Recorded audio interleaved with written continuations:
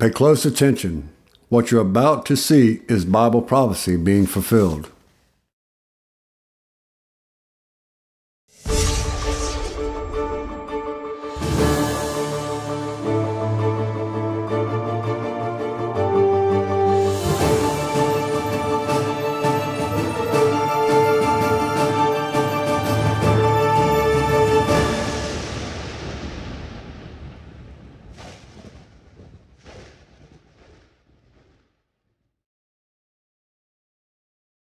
Welcome to another edition of YPN News, bringing you news as it relates to Bible prophecy and foretold by Yeshua Hawkins. Jeff, today we're covering a range of topics from international conflicts to droughts and even chemical weapons.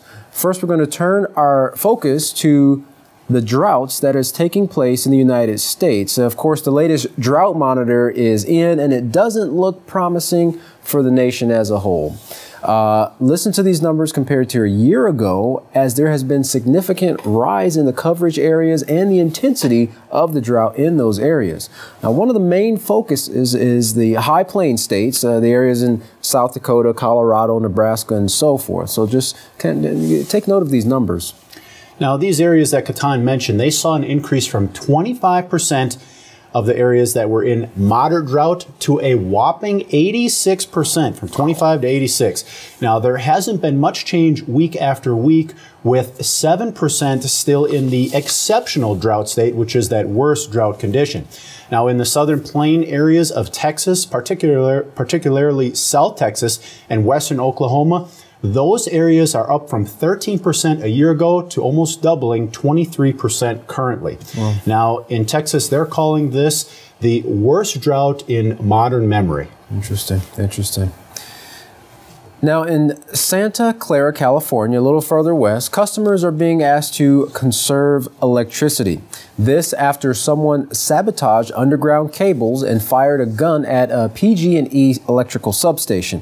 AT&T is offering a $250,000 reward for information leading up to an arrest. Authorities say someone lifted up those heavy manhole covers that we see on the streets and sidewalks, and they went underground and cut large bundle of fiber optic cables. They did this in not one spot, but two areas. And this was done in two places that knocked out 911 service temporarily, and also some phone service. Now, about 15 minutes later, up the road, someone fired a high-powered rifle at the PG&E substation, damaging several of the transformers and related equipment and causing an oil leak. Now, the county sheriff believes that this was someone who had knowledge of the systems, and when asked if the sheriff's department thought it was sabotage, she said, well, with the use of a high-powered rifle, it would appear to be that way. Yeah. Now, these events have brought in the FBI on board in this investigation to find out who's behind this destructive behavior. Currently, they weren't able to get close enough to transformers to better examine them due to the large amounts of cooling oil that leaked out from that shot. And that's about 5,000 gallons of cooling oil that pretty much surrounded that whole substation. It sure is. Now let's go to the latest here on the Boston Marathon bombings. Those bombings still are having a ripple effect on the fears of Americans across the country. Now, the latest update reveals that Johar Tsarnaev, he was the 19-year-old who was captured after a citywide manhunt. He acknowledged that he played a role in the Boston bombings by planting the explosives near the marathon's finish line. He told investigators that the U.S. wars in Iraq and Afghanistan motivated him and his brother to carry out this attack. Interesting. Now, as Jeff said, officials close to the investigation confirmed that Tsarnaev stated the motives and reasonings for the Boston bombing attacks that shook the country 1 week ago was the wars the United States have been fighting in Iraq and Afghanistan. And a lot of people in and around that area of the Great River Euphrates in the Middle East, they're pretty much fed up with the countries coming in and that hatred going back and forth. That's right. That's right. He also has stated that he and his brother were self-radicalized and acted alone without the help of any so-called radical groups behind them. Now, how did the two brothers learn how to make these homemade bombs? Well, Tsarnaev told officials that he and his brother had learned how to set up these homemade bombs through the help of, you guessed it, the internet. If Tsarnaev is convicted of these bombings, he could face life in prison or even the death penalty. Which won't bring any solutions in that situation either. That's right. Well, now for the latest update on the Syrian crisis, we go to our field correspondent, Larry McGee. Now, Larry, what is the red line that the Obama administration said has been drawn as it relates to Syria? There has been a political development, Jeff, concerning the Syrian rebellion that could heighten American involvement in the uprising.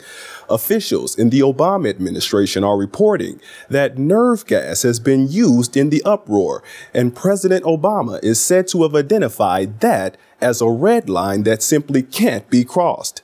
The insurgency began 2 years ago when rebels rose up attempting to take the Syrian government by force. Since then, it is estimated that as many as 80,000 have been killed. Taking his cue from a prepared statement issued at the end of a trip to the Mideast, Defense Secretary Hagel raised the stakes regarding the Syrian uprising by announcing that the U.S. government has assessed with some degree of variant confidence that the Syrian government has employed chemical weapons on a small scale in Syria. Following that, after leaving a closed briefing on Capitoline Hill, Secretary of State John Kerry alleged that chemical weapons were used twice last month, once near Damascus and once in Aleppo, where victims appear to have been gassed. Human tissues or blood samples are being reported to have shown symptoms consistent with the deadly nerve agent sarin, but the samples had passed through a number of different hands, with the result that U.S. intelligence is reporting low to moderate confidence in its judgment, and Defense Secretary Hagel, despite the U.S.'s willingness to go on record with its allegations, is nonetheless admitting that there are still a lot of uncertainties. Recently, however, President Obama, speaking from the Oval Office the day after his administration, reportedly confirmed evidence of nerve gas in the Syrian uprising, said it is already horrific when mortars are being fired on civilians and people are being killed indiscriminately.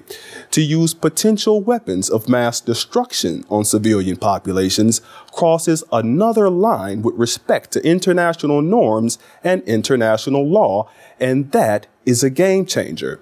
President Obama did not say, however, whether changing the game will involve U.S. intervention and what some foresee as the coming and inevitable destruction of Damascus.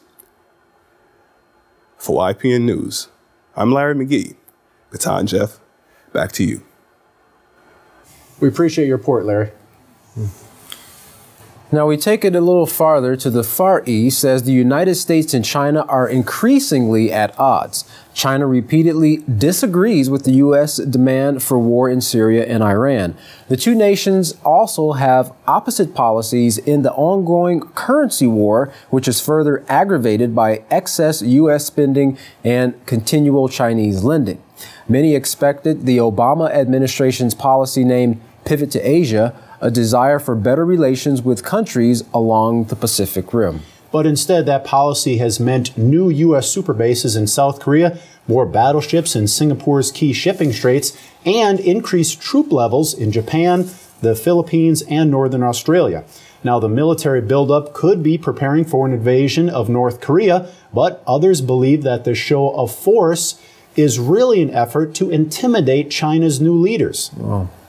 If the U.S. does occupy North Korea, their best and most influential weapon would be those military bases right on the border of China as well as Russia. That key positioning. That's right. Many say South Korea is caught right in the middle because South Korea's #1 trading partner is China.